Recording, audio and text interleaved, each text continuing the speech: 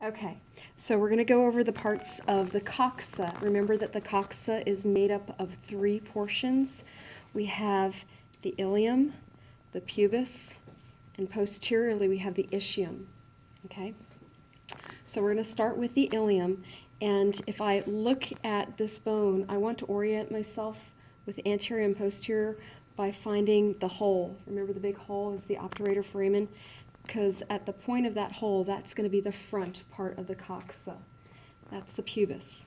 So in looking at the coxa, if we start with the ilium, we have the iliac crest. That's this whole line right up here. Going anteriorly from the iliac crest, this point right up top here is the anterior superior iliac spine. We drop down below to the anterior inferior iliac spine. If we take the iliac crest and go back toward the back portion, in between the front and the back, we have this depression, which is the iliac fossa. So here's the iliac fossa. Moving along posteriorly, we come to the posterior superior iliac spine, then the posterior inferior iliac spine.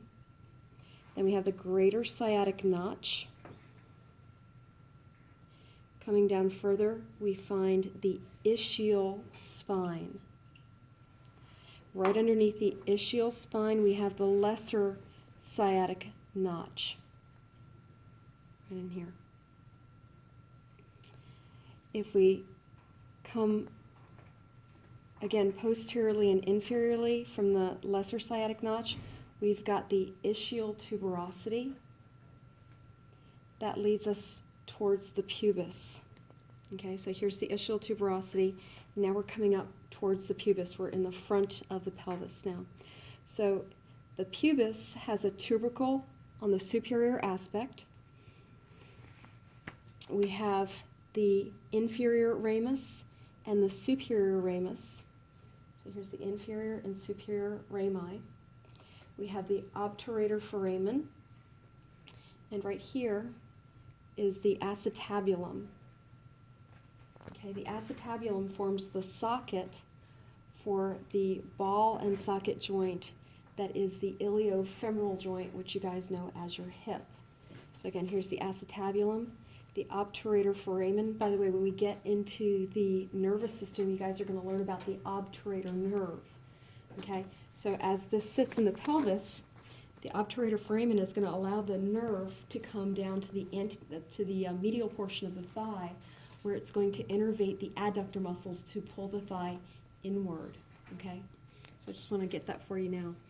So again, going over the parts of the coxa, we have the ilium making up the largest portion, the iliac crest, anterior superior iliac spine, anterior inferior iliac spine. We've got posteriorly posterior superior iliac spine, posterior inferior iliac spine with the greater sciatic notch, the ischial spine, the lesser sciatic notch, the flat ischial tuberosity. Come here towards the pubis, we have the inferior ramus of the pubis, the superior ramus of the pubis, the pubic tubercle. We have the acetabulum and the obturator foramen. And those are all the parts of the coxa.